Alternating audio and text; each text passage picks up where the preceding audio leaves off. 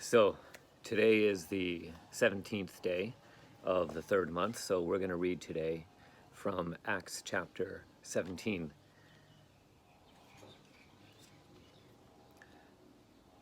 And they passed through the cities of Amphipolis and Apollonia and came to Thessalonica, where there was a synagogue of the Jews. And Paul, as was his custom, went into them, and during 3 Shabbats he spoke with them from the Scriptures, expounding and showing that the Mashiach was to suffer and to arise from the dead, and that this Yeshua, whom I announce to you, is the Mashiach. And some of them believed and adhered to Paul and Silas, and of those Greeks who feared Elohim a great many, and also of noted women not a few. But the Jews were indignant and gathered to themselves evil men from the marketplace of the city, and formed a great mob. And they alarmed the city, and came and assaulted the house of Jason, and sought to draw them from it, and to deliver them up to the mob. And when they found them not there, they drew Jason and the brothers who were there, and brought them before the chiefs of the city, crying out, These are they who have terrified all the country, and lo, they have come hither also. And this Jason is their entertainer.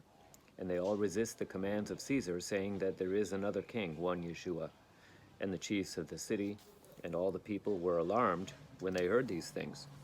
And they took bail from Jason, and also from the brothers, and then released them. And the brothers immediately, on the same night, sent away Paul and Silas to the city of Berea. And when they came there, they entered into the synagogue of the Jews.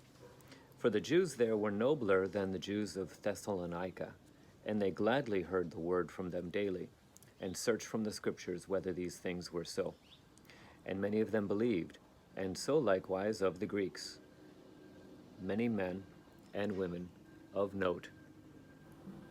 And when the Jews of Thessalonica had knowledge that the word of Elohim was preached by Paul in the city of Berea, they came there also, and they did not cease to excite and alarm the people. And the brothers sent away Paul that he might go down to the sea. But Silas and Timothy abode in that city. And they who accompanied Paul went with him to the city of Athens.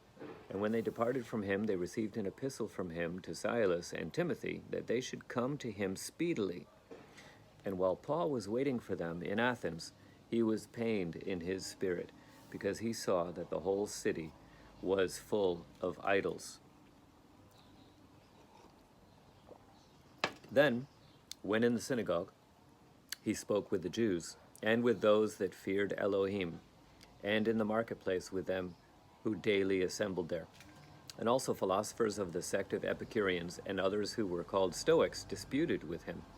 And one and another of them said, What does this babbler or words mean? Others said, He preaches foreign deities, because he preached to them Yeshua and his resurrection. And they took him and brought him to the place of judgments called Areopagus, and said to him, May we know what this new doctrine which you preach about is? For you scatter in our ears strange words, and we wish to know what they are. For all the Athenians and the foreigners residing there cared for nothing else but to tell or to hear something new. And as Paul stood in the Areopagus, he said, Men, Athenians, I perceive that in all things you are expressive in the worship of demons. For as I was rambling about and viewing the temples of your worship, I met with an altar, on which was inscribed, To the hidden deity. Therefore, whom you worship without knowing him, is the very same I announce to you. For the deity who made the world and all that is in it, and who is master of heaven and of earth, dwells not in temples made with hands, nor is he ministered to by human hands, neither has he any wants, for it is he who gives life and breath to every man. And of one blood has he made the whole world of men, that they might dwell on the face of all the earth. And he has by his command separated the seasons, and has set bounds to the lifespan of mankind, that they might inquire and search after Elohim, and by means of his creations might find him, because he is not distant from each one of us.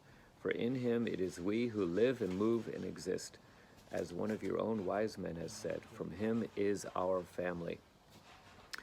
Therefore we, whose lineage is from Elohim, should not suppose that Elohim has the likeness of gold or silver or stone sculptured by the art and skill of men. And the times of this error Elohim is made to pass away. And at the present time he commands all men that each individual in every place should repent, because he has appointed a day in which he will judge all the earth with righteousness, by the man whom he has designated. And he turns every man to faith in him, in that he raised him from the dead. And when they heard of the resurrection from the dead, some of them ridiculed, and others of them said, "At another time we will hear you on this matter." And so Paul departed from among them, and some of them adhered to him and believed. One of these was Dionysius, from among the judges of Areopagus, and a woman named Damaris, and others with them.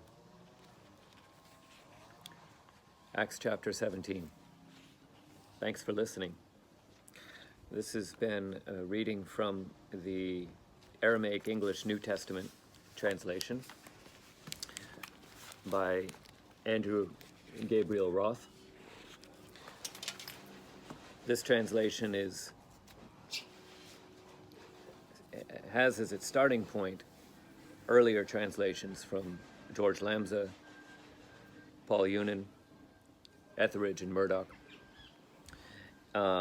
with a few updates and changes since the Kouboris manuscript was discovered only in 1954, and that's after the earlier works had already been completed. So this is an interesting chapter. I really love it. I love how verse 10 and 11 explains that the men of the synagogue in Berea, in the city of Berea, were more noble than the Jews of Thessalonica. And instead of bringing false accusations against Paul and his friends, all these false accusations in verse 6, they accused them before the officials of the city. They terrified all the country. Really? They terrified all the country? Terrified? And they came to our city also. And they're being hosted by Jason. Okay, that part is true. You know, always a little bit of truth mixed in with the lies. They all resist the commands of Caesar. Really? What's the evidence for that? Have we seen anywhere in the Acts of the Apostles that they have resisted the government somehow? No, this is the same accusation that they brought against Yeshua. It was a false accusation that he is posturing himself to replace Caesar as a new king. Yeshua knew that it wasn't the right time for that. That's still coming in the future. He wasn't starting a rebellion. Neither was Paul. But the men of the synagogue brought these types of false accusations against him. And they even, in verse 5, you see that they're going down to the marketplace looking for thugs, looking for evil men from the marketplace, and they created a big mob. So they're causing a public disturbance. They're making a public statement. They're getting into the news. They're creating news. They're making this a story. All because they wanted an audience for their lies. Why were they lying against Paul and his friends? Why were they fabricating these lies and creating a riot?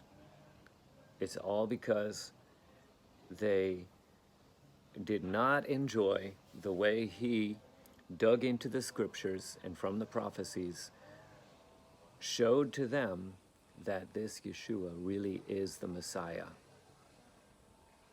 They rejected that. The same way that Cain rejected the command from Yahweh to bring an animal sacrifice to him. So what does he do? He gets angry at his brother Abel for doing the right thing.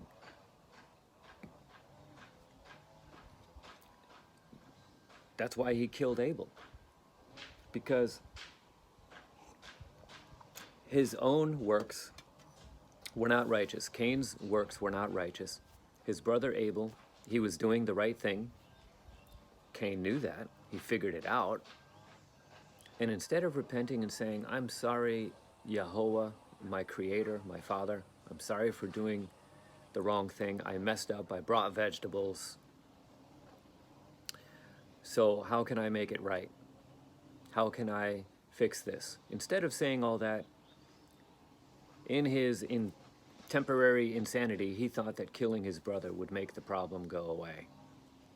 Then he wouldn't have to face this brother of his that makes him feel guilty because the brother is doing the right thing and he himself is not. So these guys, instead of facing the truth and saying, interesting, maybe we can ponder more about these prophecies, maybe we need more time, or maybe we can just say right now that these prophecies have been fulfilled in this man named Yeshua, and that he really is the Messiah that was sent from Elohim. No, instead of doing all that, they decide they're going to bring false accusations, tell the whole city that this guy is going against the emperor, the Caesar, known in Russian as the Tsar. Same word, Caesar, Tsar. That's what these guys are doing. They're political insurgents. Let's get some thugs from the marketplace, from the open market down the road. Let's get a riot going. Let's drag these guys before court. In the end, they were released with bail. They were released. They took off, went to another city. And so that is what is amazing here. To talk about the good side here is then the next thing in verse 10 and 11. The same night, the brothers, that's the believers in the city of Thessalonica, and these believers, by the way, are a mixed group, some from Jewish background and some from Greek culture background. All right. So they sent away Paul and Silas the very same night to the city of Berea, and when they came there, they entered into the synagogue of the Jews, and for the Jews there were nobler than the Jews of Thessalonica. And they gladly heard the word from them daily, and searched from the scriptures whether these things were so. And many of them believed. And so likewise of the Greeks, many men and women of note. So some powerful people in that city as well.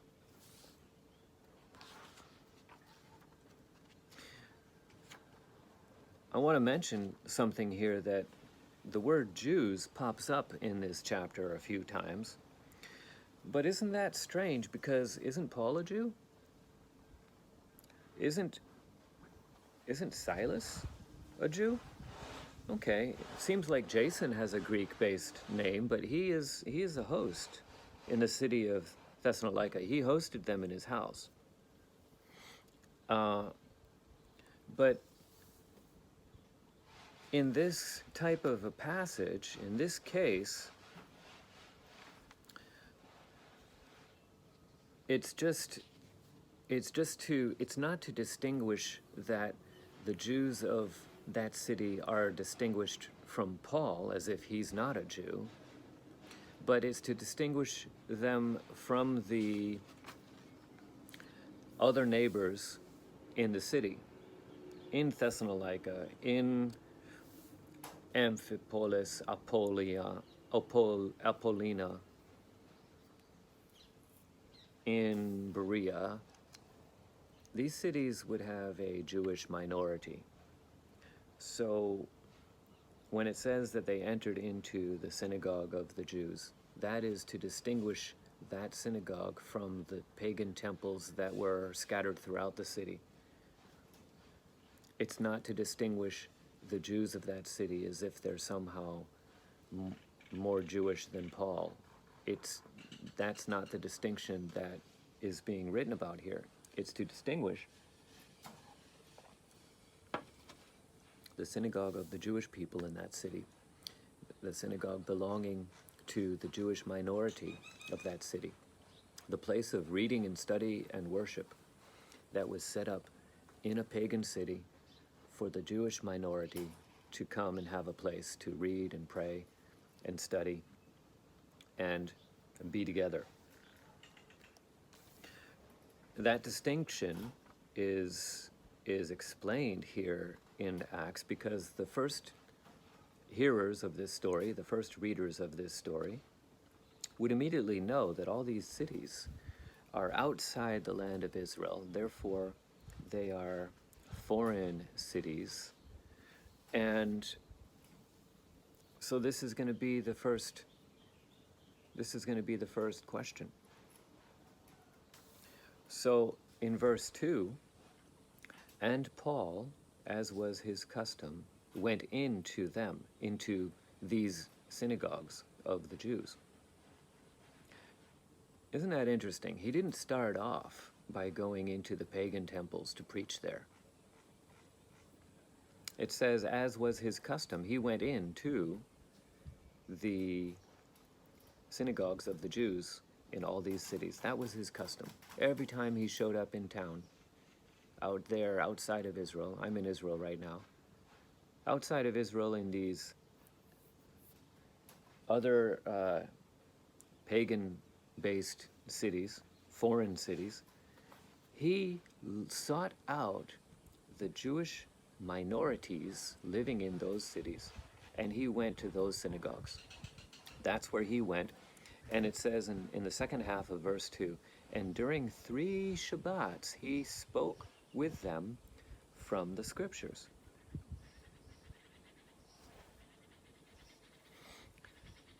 Three Shabbats. So every Shabbat. Now this is several decades after the resurrection at this point. We're in chapter 17 here of Acts. So here Paul is. He didn't get the memo that Shabbat was abolished. He did not get the understanding that Yeshua had switched the day to another day. He did not get the memo that the instruction of Yahuwah has been done away with. Was he stupid?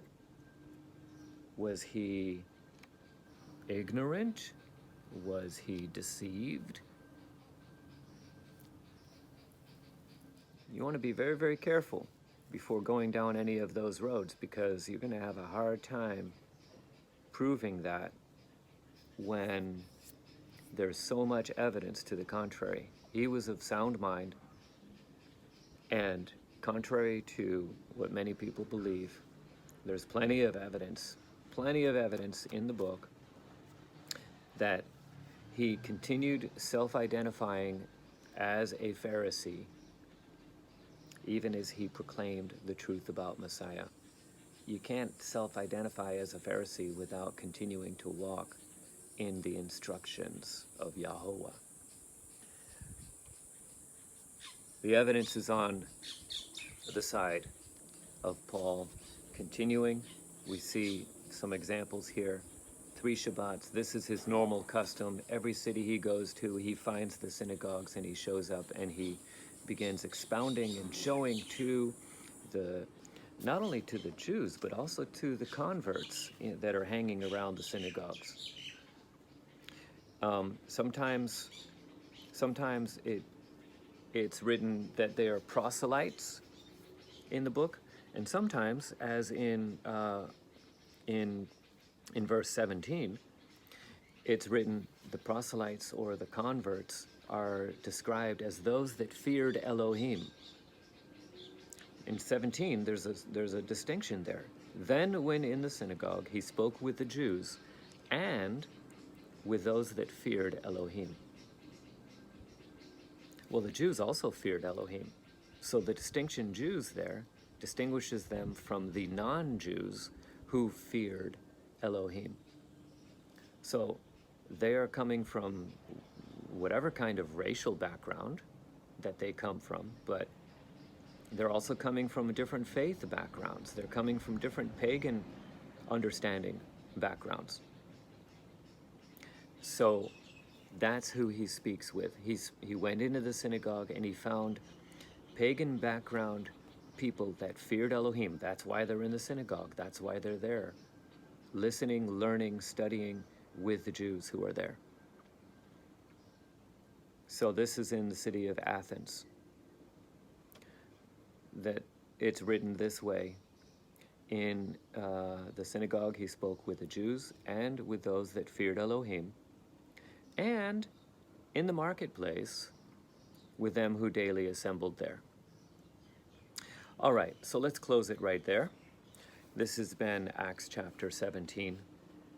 Thank you for reading along and studying. And remember to hit the subscribe button and punch that bell icon so you can get the updates. Thanks. Have a great day.